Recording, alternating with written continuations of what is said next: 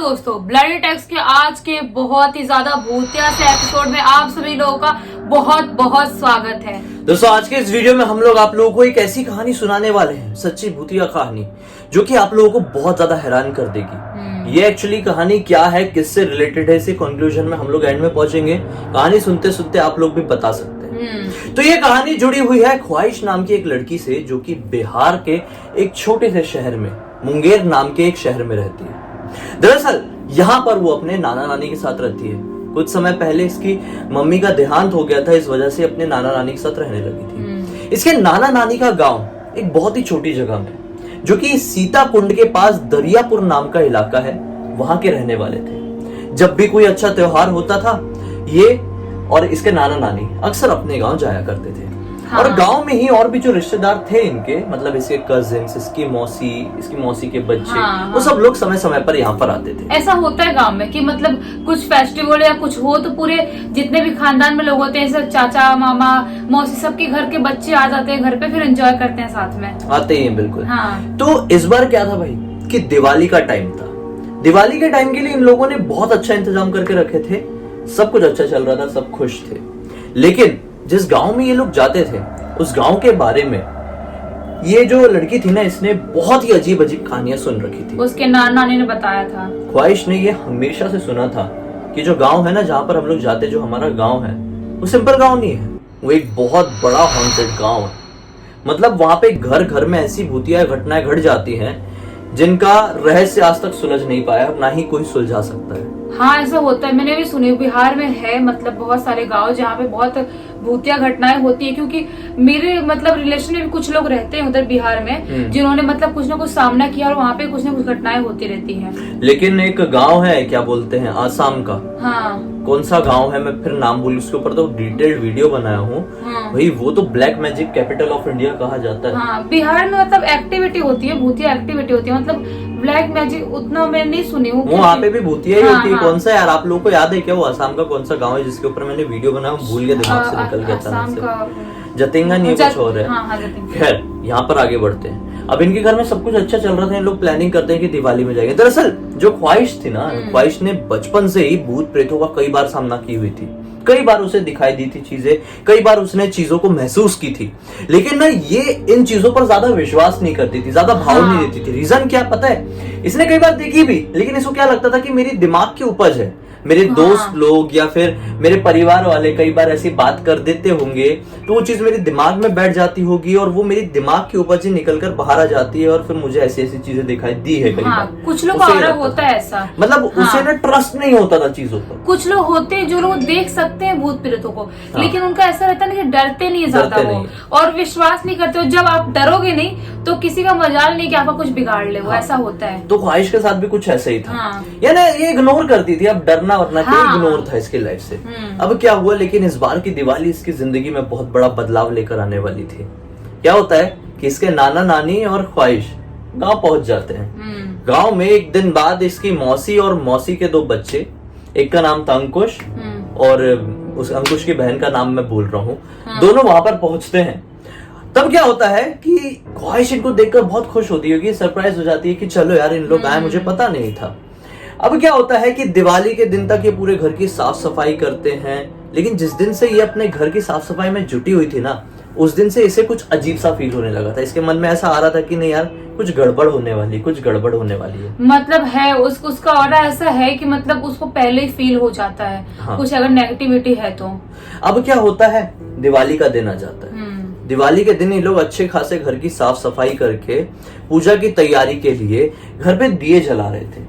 दिए जलाने के दौरान अचानक से जब ये तीनों भाई बहन, मतलब तीनों कजिन्स, जब अपने घर से बाहर थे, ख्वाहिश और उसकी मौसी के दो बच्चे बाहर की तरफ जब दिए जला रहे थे, तो अचानक से बाहरी दीवार में उनके घर के तीन अलग अजीब तरह के जीव दिखाई दिए उन्हें, जो कि बंदर जैसे दिखाई दे रहे थे। उनकी पूंछ नहीं थी।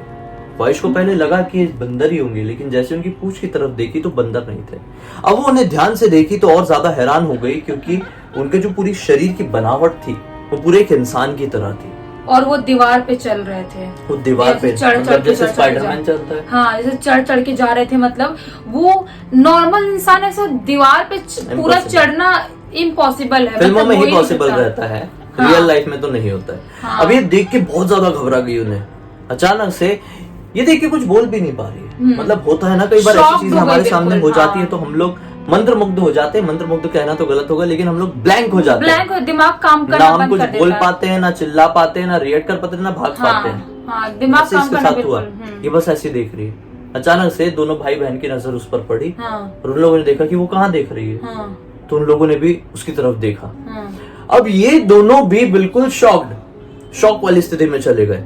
अब जैसे ये कुछ बोल पाते, वो तीनों जो ऊपर की तरफ बढ़ रहे थे, इनकी दीवार की तरफ चढ़ रहे थे, वो पीछे पलट के देखता है इनकी तरफ। अब ये बहुत जोर से डर गए। अचानक से उसी टाइम नानी इनकी जो थी वो अपने घर से निकलकर बाहर आई, और जैसी नानी घर से निकलकर बाहर आई, इनकी हिम्मत जुटी और फिर इन लोगों ने चिल्लाया जोर से। और फिर नानी ने देखी और नानी समझ गई कि ये चढ़कर इनके बड़े नाना के घर की तरफ जा रहे हैं। मतलब उनके घर के पीछे की तरफ इनके बड़े नाना का घर था, ये उसकी तरफ जा रहे थे। नानी ने बोली चलो चलो अंदर चलो अंदर चलो। अब ख्वाहिश बहुत परेशान, क्योंकि इतनी रियलिस्टिक तरीके से उसने पहली बार देखी थी। उसके नानी के लिए नॉर्मल होगा क्योंकि उन्होंने पहले भी देखी होंगी वैसी चीजें। हाँ, क्योंकि लेकिन सब लोग बोलते हाँ, थे ना वो गांव में ही कुछ गड़बड़ चलती है। गांव में गड़बड़ था, लेकिन उसने ऐसा फर्स्ट टाइम देखी तो उसके लिए शॉकिंग था सब कुछ। हाँ, बहुत ज्यादा शॉकिंग था। हाँ, अब ये परेशान, रात में इसको नींद नहीं आ रही है, दिवाली की पूजा वूजा हो गई, अभी अपनी नानी से पूछने में तुली हुई है, और साथ में इसके दोनों कजिन्स भी बैठे हुए हैं कि क्या मैटर है ऐसा। तब इसकी नानी ने पुराना वाक्या बताई इसके बड़े नाना के घर से रिलेटेड। बोली कि जो तुम्हारे बड़े नाना का घर है वो हॉन्टेड घर है, वहां पर बड़े नाना भी बड़ी मुश्किल से आते जाते हैं। वो भी उनका गांव था, वो रहते कहीं और थे, लेकिन आते जाते उसमें रहते थे। लेकिन कोई भी बाहरी इंसान उस घर में एक रात बिता भी नहीं सकता, एक रात भी नहीं बिता सकता। मतलब नाना के अंदर गट्स थी, बड़े नाना के अंदर, जो उनका ही घर है तो मतलब कभी 1-2 दिन के लिए या कुछ टाइम के लिए आते थे और रह लेते थे। लेकिन बाहर वालों के लिए अगर पता है कि हॉन्टेड है तो पॉसिबल नहीं है वहां पे रहना। तो अब इसने बोली ऐसा क्यों हॉन्टेड हो गया। तब इसकी नानी ने बताई कि बहुत टाइम पहले तुम्हारे बड़े नाना की जो दूसरी वाइफ थी वो बहुत ज्यादा परेशान हो गई थी अपनी लाइफ से। जो तुम्हारे बड़े नाना थे अपनी दूसरी वाइफ को बहुत ज्यादा प्रताड़ित करते थे। तो एक दिन वो वाइफ ने, मतलब इनकी जो दूसरे नंबर की बड़ी नानी थी, उसने अपने 2 बच्चों को पकड़ी, 2 बेटों को, और दोनों बेटों को पहले कुएं में फेंकी और खुद भी कुएं में कूद गई और इसकी मृत्यु हो गई। मतलब सुसाइड कर ली, तीनों की वहीं पर तो मृत्यु मतलब बच्चों को मार डाली और खुद भी मर गई, क्योंकि वो जो टॉर्चर था ना उससे वो बहुत परेशान हो गई थी। उसको ऐसा लगने लगा होगा कि यार मतलब मेरी जिंदगी एकदम हराम सी हो गई है, और वो टाइम पे उसको ऐसा लगा कि मुझे सुसाइड कर लेना चाहिए, इसलिए वो टाइम पे कर ली, जो बहुत ही गलत बात है। लेकिन उन्हीं लोगों की आत्मा हो सकता है कुछ दिन आई होगी। उस दिन नहीं, मैं बताता हूँ मुझे कितना समझ में आया। इसको हम समझने की कोशिश करते हैं। अब क्या हुआ, उस कांड के बाद से उस घर में कोई टिक ही नहीं पाता था। जो भी उस घर में रहता था उसे अजीब से फील होने लगता था, उसकी तबीयत खराब होने लगती थी, उसे घर से भागने का मन करता था, उसे कोई दिखाई देने लगता था। मतलब कोई टिक नहीं पाता था, बस नाना अकेले ही टिक पाते थे, इसके बड़े नाना। एक्चुअली मुझे क्या लगता है, जो उस दिन 3 जो इनको जीव दिखाई दिए थे वो कुछ और नहीं बल्कि ब्रह्म राक्षस थे। ब्रह्म राक्षस या ब्रह्म दैत्य भी हो सकते हैं। रीजन क्या है मैं बताऊं आप लोगों को कि क्या है कि जो ब्रह्म राक्षस और ब्रह्म दैत्य होते हैं ये ज्यादातर सुनसान जगहों में ही होते हैं। और जो ये बड़े नाना का घर था ये काफी समय से सुनसान था, यहाँ पर कोई एक रात भी नहीं बिताता था। इसके बड़े नाना भी बिल्कुल टाइम पे लेट आते थे। और ऐसी जगह जब एकदम शांत हो जाती है, एकदम वीराना में बदल जाती है, तो वो ऐसी एंटिटीज का घर बन जाती है। और ब्रह्म राक्षस और ब्रह्म दैत्य को तो साफ साफ लोग अपनी आंखों से देख सकते हैं, और ये ज्यादातर छोटे गांव में ही होते हैं। क्योंकि अब मैंने जो तुमने स्टोरी बताया था मेरे गांव वाला, हाँ। वो भी तो मतलब रात के 2 बजे और 1 बजे करीब गांव के बहुत लोगों ने कई बार देखे। मतलब पुराने टाइम की बात है, 20, 25, 30 साल पहले की बात है। मतलब एक बगीचा है हमारे गाँव के इधर, वहां पर भी ब्रह्म राक्षस रहता है एक। हाँ। एक पता है कि एक रहता है, उसके अलावा और रहते कि नहीं वो नहीं पता, लेकिन एक का पता है। और अब मैं बताऊं ये भूत क्यों नहीं हो सकते, उनकी 3 लोगों की आत्मा क्यों नहीं हो सकती।